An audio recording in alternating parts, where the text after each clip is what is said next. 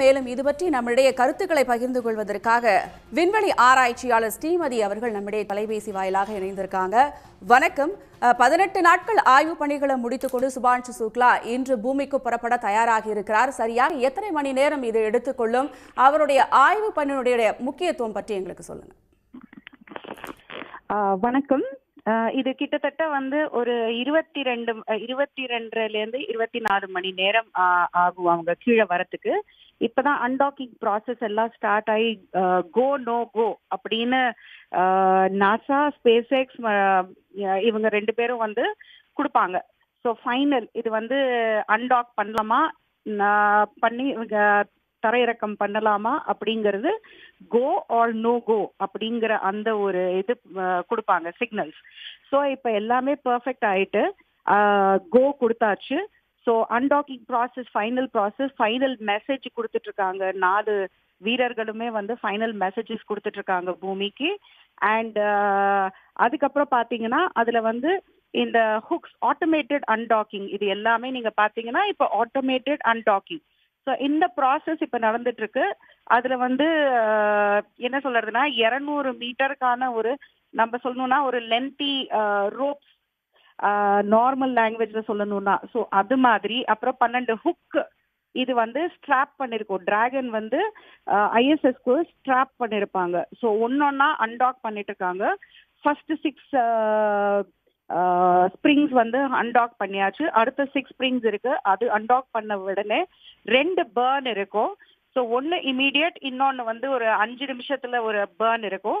So அந்த burn பண்ண முடிஞ்ச உடனேயே 2 பிரிஞ்சிடும், தனித்தனியா பிரிஞ்சு இதோட பயணம் பூமிக்கு தொடங்க ஆரம்பிக்கும். அண்ட் கிட்டத்தட்ட 22.5 மணிலேருந்து 24 மணி நேரம் ஆகும் கீழே வரத்துக்கு. ரீஎன்ட்ரி பண்ணுறப்போ எல்லாருக்குமே தெரியும் அது எப்படி இருக்கும் அப்படின்னு. அந்த ஹீட் ஆனது ஒரு இடத்துல அவ்வளோ ஹீட் இருக்கும். ஸோ இது எல்லாத்தையும் தாண்டி அவங்க கலிஃபோர்னியால தரையிறங்க போறாங்க. நாளைக்கு அமெரிக்கா நேரம் 5:35 சாயந்தரம் தரையிறங்க போறாங்க. ஸோ மிகவுமே 18 நாட்களுமே ரொம்ப இன்ட்ரெஸ்டிங்கா நிறைய விஷயங்கள் பண்ணக்கூடியதா இருந்தது அப்படின்னு சுபான்ஷு சொன்னாரு. அதை தாண்டி அவர் ஸ்டூடெண்ட்ஸ் கூடயும் இன்டராக்ட் பண்ணிருக்காரு 2 வாட்டி. ஸோ இந்த மாதிரியான நிறைய விஷயங்கள் நமக்கு ஃபர்ஸ்ட் ஹேண்ட் இன்ஃபர்மேஷன். ஸோ இது எல்லாமே இப்ப நம்ம ககன்யான் மிஷனுக்கு இது உறுதுணையா இருக்கும் அப்படின்னு நம்புறோம். மேடம், அதே போல டிராகன் பூமியை அடைந்த உடனே அதிலிருந்து ஆராய்ச்சியாளர்களை வெளியில கொண்டு வருவது, அவர்களை அழைத்து செல்வதற்கு என்ன மாதிரியான நடைமுறைகள் எல்லாம் மேற்கொள்ளப்படும் மேடம்? இப்ப நீங்க பாத்தீங்கன்னா இது ஸ்பிளாஷ் டவுன் பண்ணும், ஓஷன்ல ஸ்பிளாஷ் டவுன் பண்ணும் கலிபோர்னியால. அங்க பாத்தீங்கன்னா ஒரு 3 கிலோமீட்டர் டிராகன் ஸ்பிளாஷ் டவுன் ஆகிற ஒரு 3 கிலோமீட்டர்ஸ் தொலைவுல படகுகள் எல்லாம் இருக்கும். அந்த படகுகள் ரெஸ்கியூ போட்ஸ் அப்படின்னு சொல்லுவாங்க. ஸோ அதுல இருந்து வீரர்கள் உடனே இவங்க தரையிறங்கின உடனேயே அவங்களோட அந்த கேப்சியூல் கிட்ட வந்துருவாங்க. ஏன்னா அந்த ஹீட் அவ்வளோ இருக்கிறதுனாலதான் தண்ணியில ஸ்பிளாஷ் டவுன் ஆகுறாங்க. இது நீங்க பாத்தீங்கன்னா ரஷ்யால டெசர்ட்ல இறங்குவாங்க. இங்க தண்ணியில இறங்குவாங்க. அமெரிக்கா பொறுத்த வரைக்கும் தண்ணியில இறங்குவாங்க. ஸோ இறங்கின உடனே அந்த கேப்சியூல ஓபன் பண்ணி, அது ஒரு பியூட்டிஃபுல் ப்ராசஸ் அது. ஸோ வீரர்கள் இங்க இருந்து இந்த படகுல இருக்கிற வீரர்கள் எல்லாம் கிட்ட போய் அதை ஓபன் பண்ணி, கேப்சியூல ஓபன் பண்ணி அதுல இருந்து வீரர்களை ஆக்சுவலி இவங்க 18 நாள் தான் அப்படிங்கறதுனால நிறைய போன் மாஸ் டென்சிட்டி அதெல்லாம் லாஸ் அப்படி இருக்காது. நடக்கக்கூடிய தெம்பும் இவங்களுக்கு இருக்கும். இப்ப 1 மாசம், 3 மாசம், 6 மாசம்னு கூடிய ஆஸ்ட்ரோநாட்ஸ் இருந்தாங்கன்னா ஸ்ட்ரெச்சர்ஸ் தூக்கிட்டு போவாங்க. ஏன்னா சில பேருக்கு அந்த கிராவிட்டி இன்னும் ஃபீல் ஆக முடியாதுங்கிற காரணத்துக்காக ஸ்ட்ரெச்சர்ஸ் எடுத்துட்டு போய் அவங்கள படுக்க வச்சு கூட்டிட்டு வருவாங்க.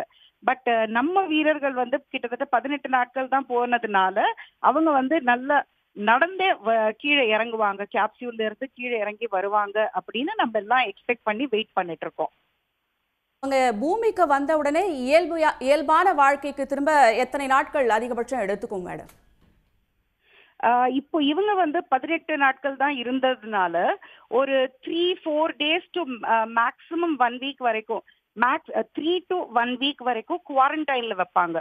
ஏன்னா அங்கிருந்து வேற எதுவும் இன்ஃபெக்ஷன்ஸ் எல்லாம் அவங்களுக்கு வரக்கூடாது அப்படிங்கறதுனால குவாரண்டைன், தனிமைப்படுத்தி வைப்பாங்க.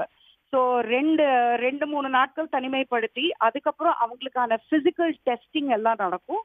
அந்த பிசிக்கல் டெஸ்ட் எல்லாம் மெடிக்கல் ரிப்போர்ட்ஸ் எல்லாம் அனலைஸ் பண்ணி பார்த்துட்டு இவங்க எல்லாம் பெர்ஃபெக்டா இருக்காங்க அப்படின்ன உடனே அந்த குவாரண்டைன் பீரியட் முடிஞ்சிடும்.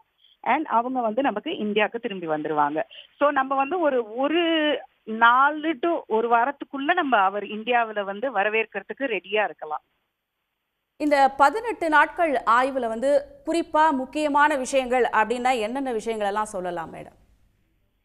இப்போ டயபெட்டிஸ் வந்து India is the capital of diabetes அப்படிங்கிறது எல்லாரும் வந்து சொல்லிட்டு இருக்காங்க.